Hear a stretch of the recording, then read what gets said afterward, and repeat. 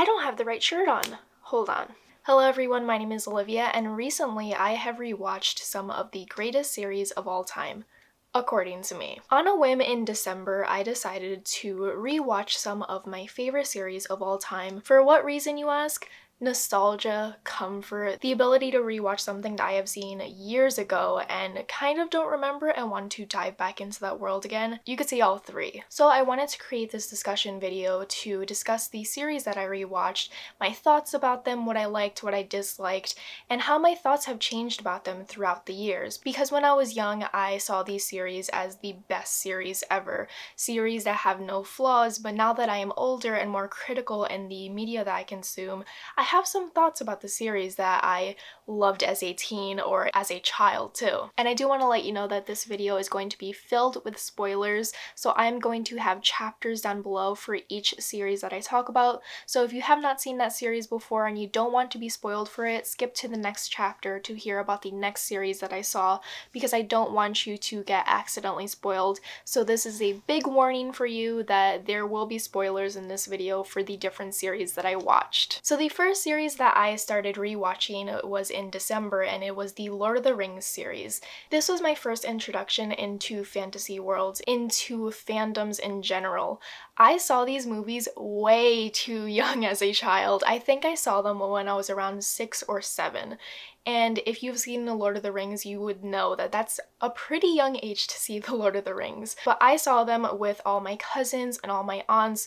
My aunts and my mom were obsessed with fantasy stories. They loved watching these grand movies filled with war, filled with different creatures. They loved that type of stuff. And what I distinctly remember about this series is that we would always dress up as the characters. So I would dress up as Galadriel, my brother would dress up as Frodo, my cousin would dress up as Sam, and it was just such a fun time. It was such a collective experience that my whole family had, and The Lord of the Rings just really brought us all together because we had this one thing that we all loved so dearly, and we were eagerly anticipating each movie that would come out, and it was just such a formative experience in my life that I will never forget. When I saw The Lord of the Rings as a child, I watched them over and over again with my family, but then I didn't watch them for years upon years. The last time I rewatched them was in high school when I was introducing it to a friend, but we never ended up finishing the trilogy. So I now rewatched it in 2020 when I was 23, and the experience I have with The Lord of the Rings as a 23-year-old versus a 7-year-old is so different. So let's get into that. The Fellowship of the Ring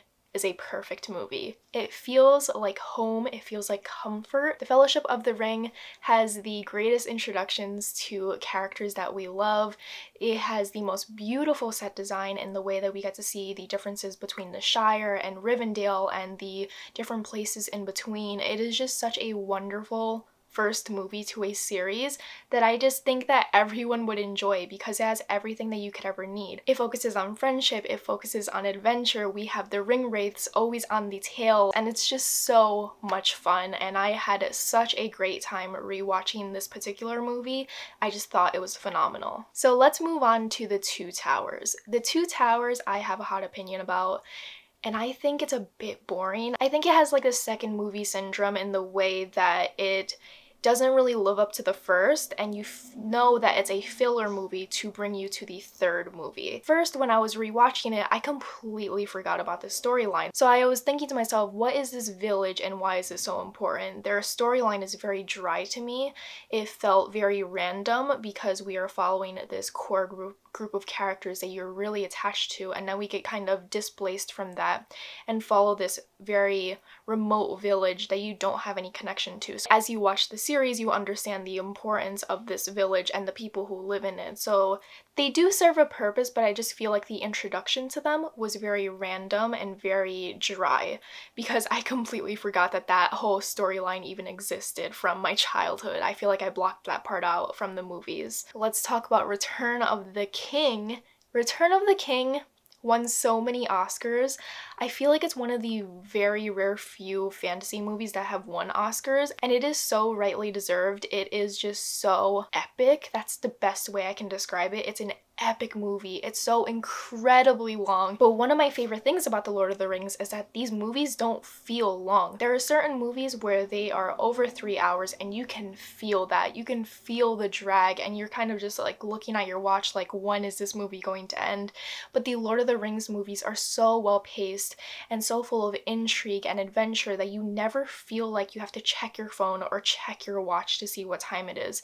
There's always something happening that's keeping you gripped, and that's what I love about them. So Return of the King is just a perfect conclusion to this trilogy. It is just so well done. All these different characters get what they deserve, and it is just so beautifully wrapped up, and it makes you realize how many different modern series have ripped off different aspects of the Lord of the Rings, like the Hunger Games, and very much so in Game of Thrones. There are so many different aspects of The Lord of the Rings where you're watching the movie and you're like, this is in Game of Thrones. They directly ripped off of Lord of the Rings in these different aspects. And one can say like, yeah, there are only so many ways one can write a fantasy series, but I feel like it's a bit on the nose. So that's something that I definitely noticed when rewatching this series, but I had so much fun with it. It brought me back to my childhood. It brought back so many memories that I had, and it just reignited my love for this series that is so deep into my heart that I will never forget. It's such an important series in my life, and I'm just so glad that I revisited it. Now let's move on to the Hobbit series. In no way am I saying that the Hobbit series is one of the greatest series of all time.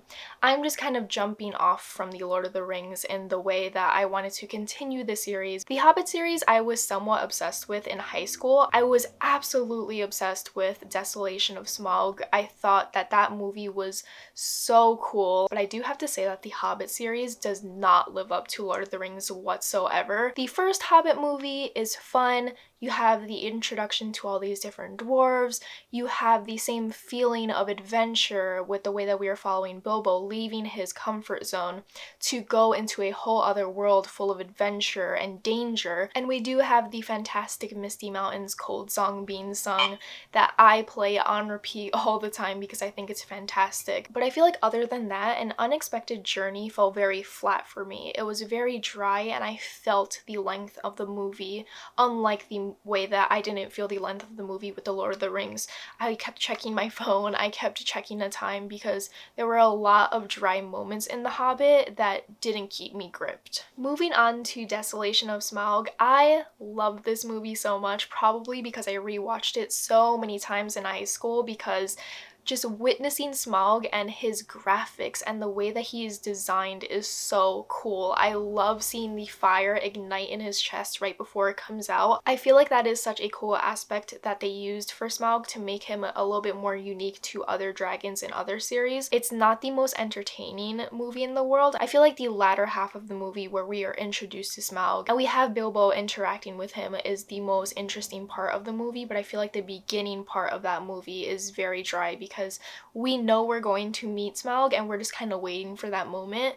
And I'm just like, can we get there already? Because the beginning of this movie is pretty slow. And the third movie in the Hobbit series, we're just not going to talk about. I can't believe that I wasted my time rewatching that when it was just so bad. I don't even know how to explain my feelings for the third movie because I have no feelings for it. And I do have a gripe with the fact that movie writers create such lore around a villain, which is Smaug, and they continually tell us that this villain is the worst villain of all time. If they unleash their power, they will destroy the world. But in the third movie, Smaug is so easily defeated, and I feel like we missed the whole point of this series, which is to get to Smaug and to try and fight him to get back the Misty Mountains. And I feel like the way that Smaug is handled in the third movie is so easy and somewhat lazy, and I just want there to be actual stakes in a movie. I want them to struggle to defeat this villain, and I feel like movies always defeat villains in such an easy way, and I feel like what was the point of you continually saying that this is the strongest creature in the world? If they are unleashed,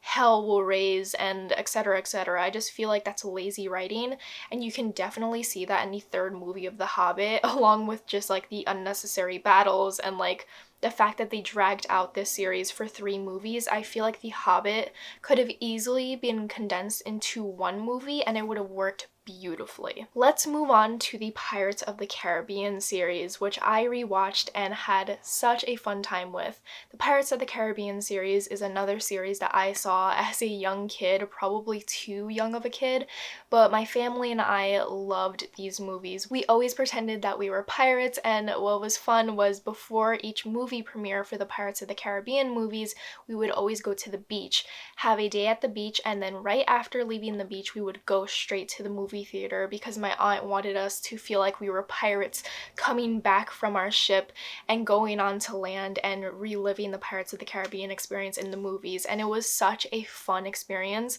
that I will never forget. It was just so cool, and we felt like we were pirates, and it was just so fun. So the first movie in the Pirates of the Caribbean series is The Curse of the Black Pearl. This isn't my favorite movie in the series. I feel like it's a very foundational type of movie to introduce you to the characters, to introduce you to the lore. And I don't really care for Barbossa because I don't think he's the most compelling villain. But Dead Man's Chest, the sequel, in my opinion, is the best movie in the Pirates of the Caribbean series.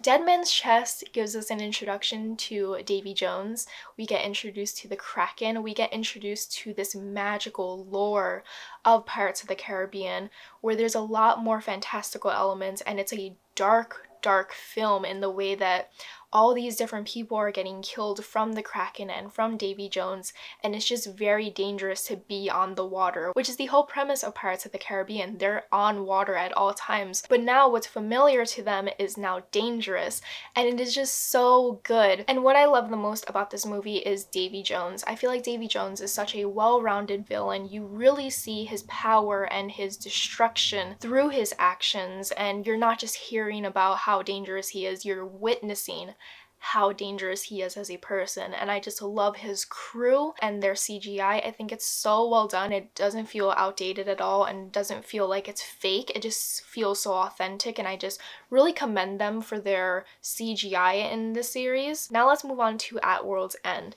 At World's End does have some of my favorite moments in this series. I really love the meeting between all the pirate kings. I really love Jack Sparrow and his jar of dirt, and I also really enjoy the three-man fight scene that happens on the island. But I do have to say, this movie is incredibly long. You can feel the length of this movie, and it could have been cut down tremendously because I think it's almost 3 hours long. And it doesn't need to be. It doesn't need to be at all. It's still a fun installment in the series because I do love Davy Jones and I do love the character development that Elizabeth Swann goes through. I feel like her character development is one of the best in the series. I just loved how she went from this very posh girl to a pirate king, and I just love her so much. She is just like one of the coolest characters that I saw growing up. I know that there are 2 other movies in the Pirates of the Caribbean series, but we're not going to talk about them because I just refuse to see them. I just think that they're terrible. I think that they're boring, and the fact that we don't have Will Turner and Elizabeth Swann just really shows, and they kind of hold up the series. So once they leave, this series just kind of falls apart, and I feel like those last 2 movies we just never discuss. They just don't have the same spark as the first 3 movies, and you can feel that the last 2 movies were made simply because they knew that they would be able to make money off of the Pirates of the Caribbean franchise. I feel like they are just continuing a series for the sake of making money, and you can feel that. So we did not rewatch those last 2 installments in the series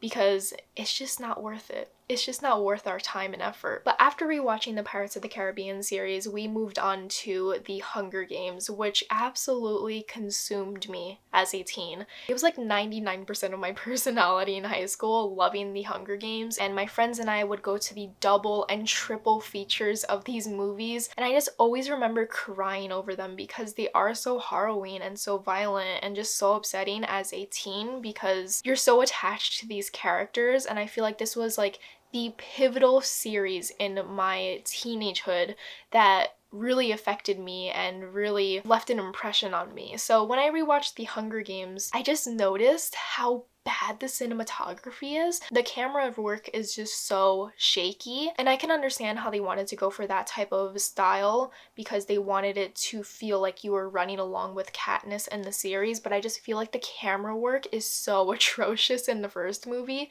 that it's unable to be ignored. And one main takeaway that I got from rewatching The Hunger Games, the first movie, was when I was in high school, I saw Katniss and I saw this series and I thought, wow, I want to be her. I want to be as strong as Katniss. I want to have her resilience, have her strength, have her ability to use a bow and arrow. I want to be Katniss. But rewatching this movie as a 23-year-old, I just felt an overwhelming sadness for Katniss.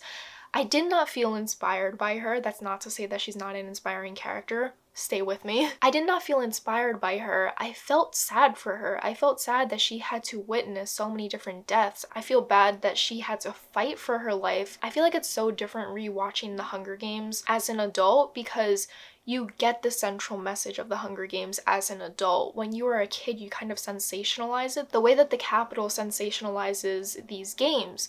When you're a teenager, you're invigorated by these movies. You want to be Katniss. You want to learn how to use a bow and arrow. But then when you're an adult, you actually feel the message of The Hunger Games that this is an exhaustive, this is a sad society that they live in, and you really feel that. You really feel for Katniss, and it's just a whole different experience rewatching it as an adult because I didn't feel inspired by Katniss. I just felt very bad that she had to deal with all of this and so many other kids had to deal with all this, and it was just really different rewatching it as an adult. And I have notes here on like what I want to talk about so I don't miss any movies. And I put for Catching Fire, still that bad bitch.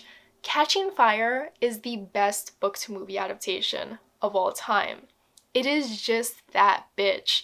Catching Fire is just flawless in its execution. If you were to read the book and then directly watch the movie right afterwards, it's so seamless. It is so well done. They really took the heart of Catching Fire and transformed it into a movie, and there's not a single aspect of that movie that I would change. Now let's talk about Mockingjay Part 1 and Part 2. I cannot ignore the way that I don't enjoy the way that this series ends. I feel like it's wrapped up way too quickly. I feel like I still have those very salty feelings that I had in middle school when I read Mockingjay and I put it down and I was like, this is the worst book ever. I did not enjoy the way that it was wrapped up. I do enjoy it for what it has to share, and I do enjoy the actions that Katniss makes because I still think she's that bad bitch, but it's not my favorite part of the series. And last but not least, we have a series that I was not actually going to rewatch because there are simply too many movies in this series, and I thought I don't want to waste like 24 hours rewatching all of these movies.